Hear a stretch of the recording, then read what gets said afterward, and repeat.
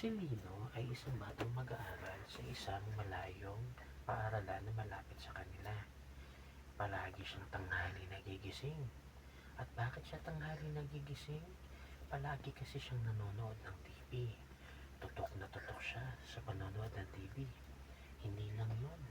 Siya rin ay tutok na tutok sa panonood ng YouTube. Mahilig siyang manood ng mga nakakatakot na palabas at mga palabas na hindi mo maintindihan kung ano mga sinasabi. Lagi siyang pinagsasabihan ng kanyang nanay at tatay. Lino, ano bang ginagawa mo? Gumising ka na, tanghali na, alas 10 na ng umaga. Wala ka ng dadat na nabiyaya o grasya. Nanay, inaanta pa po ako. Sabi ni Lino, anong oras ka ba kasi natulog na bata ka? Bakit ka na naman tanghali nagising? Ang ganda po kasi ng pinapanood ko sa Netflix. Alas 2 na po ako ng madaling araw natulog. Hindi mo ba alam na may pasok ka na? Malapit na ang pasukan. Dapat maaga kang natutulog. Ang sabi ng kanyang ina. Ang tatay niya ay ganun din ang sinabi. Oo nga naman, Lino. Ikaw ay 7 taong gulang na. 7 years old ka na. Dapat nag-iisip kang mabuti. Kaya kita mo, payat ka at lagi kang nagagalit. Kasi hindi ka natutulog ng maayos. Dapat ang bata ay natutulog ng 8 hanggang 10 oras sa pagtulog sa isang araw. Ikaw, tingnan mo, anong oras ka nang nagigising? Minsan kaya ka nagwawala, kulang tulog mo. Ay, naku tatay, huwag niyo nga akong pakialaman. Gusto ko yung ginagawa ko. Nag-i-enjoy ako manood ng YouTube at Netflix. Isang gabi, nanaginip na naman si Lino. Sa kanyang panaginip, dahil siya ay napuyat, nakita niya ang mga robot na papalapit sa kanya. Ha ha ha, Lino. Dahil hindi ka nakikinig sa mga magulang mo at hindi ka maagang natutulog, gagawin ka naming alila. Naku po, wag po, wag po. Hindi po ako marunong ng gawaing bahay. Yun na nga eh. Hindi ka marunong gumawa ng gawaing bahay dahil hindi mo sinusunod ang mga magulang mo. Kung maaga ka lamang natutulog, maaga kang magigising ng maayos, lalo't malapit ng pasukan. Pero huli na, kukunin ka na naming mga robot at gagawin ka na naming alila. Sa pilitang kinuha si Lino ng mga robot. Unang pinagawa sa kanya ay ang paglalaba. Laba dito, laba doon, kuskus dito, kuskus doon. Wag po. Hindi, marami pang labahin ng mga dito, marami pang labahin na damit. Kailangan ubusin ito. At nilagyan pa ng maraming damit ng mga robot si Lino. Maya-maya ay natapos din si Lino. Nakakapagod palang maglaba. Ang hirap pala ng paglalaba ni nanay. Kailangan lagi kong tinatabi ang mga labahin ni nanay. At hindi ako nagdudumi ng damit. Anong akala mo? Ikaw lang ay maglalaba? Hindi. Maghugas ka ng plato. Sabi ng isa pang matandang robot. Hugas dito, hugas doon, banlaw dito, banlaw doon. Ganun ang ginawa ni Lino. Ang sakit na ng kamay ko. Pagkatapos maglaba, ako pa rin ang maghuhugas ng plato. Hindi ko ito ginagawa sa bahay. Patawarin na po ako. Ano ka ba? Hindi lang yan ang gagawin mo. Bilisan mo. Ha? Meron pa po. Makaraming gawain dito. Araw-araw yan ang gagawin mo. Susunod dyan, ikaw na ay maglilinis, maglalaba, at mamamalansya. Wag po, wag po. Maya-maya pa bumagsak si Lino.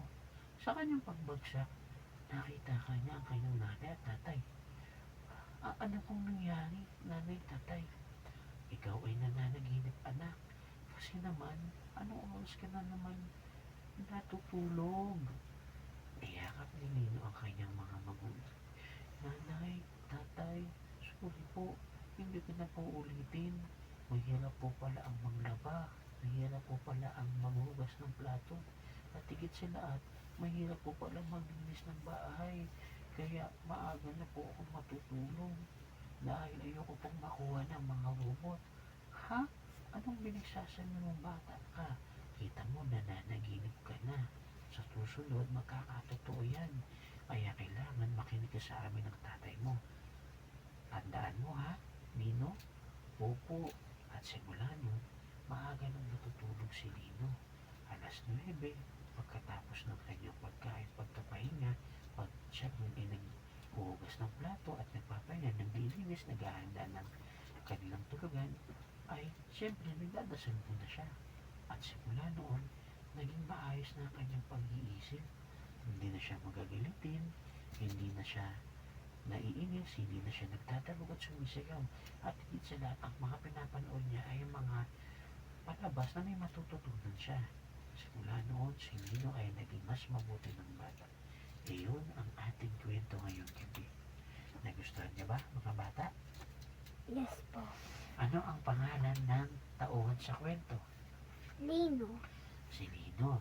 Bakit daw siya laging puyat? Ano ang ganyang ginagawa? Kasi kulang tulog niya. Kulang siya sa tulog. Ano ang ginagawa niya at bakit kulang ang tulog niya? Dahil siya nagpanood ng mga katakot-takot. Mga nanonood siya ng nakakatakot ng Netflix, ng YouTube at paulit-ulit.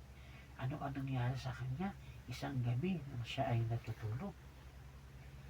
Dahil nakita niya yung isang robot. Nakita niya isang robot. Ano ang ginawa ng robot sa kanya? Ang hirap naghugas ng plato. Tapos ang hirap maglabahin. Ano pa?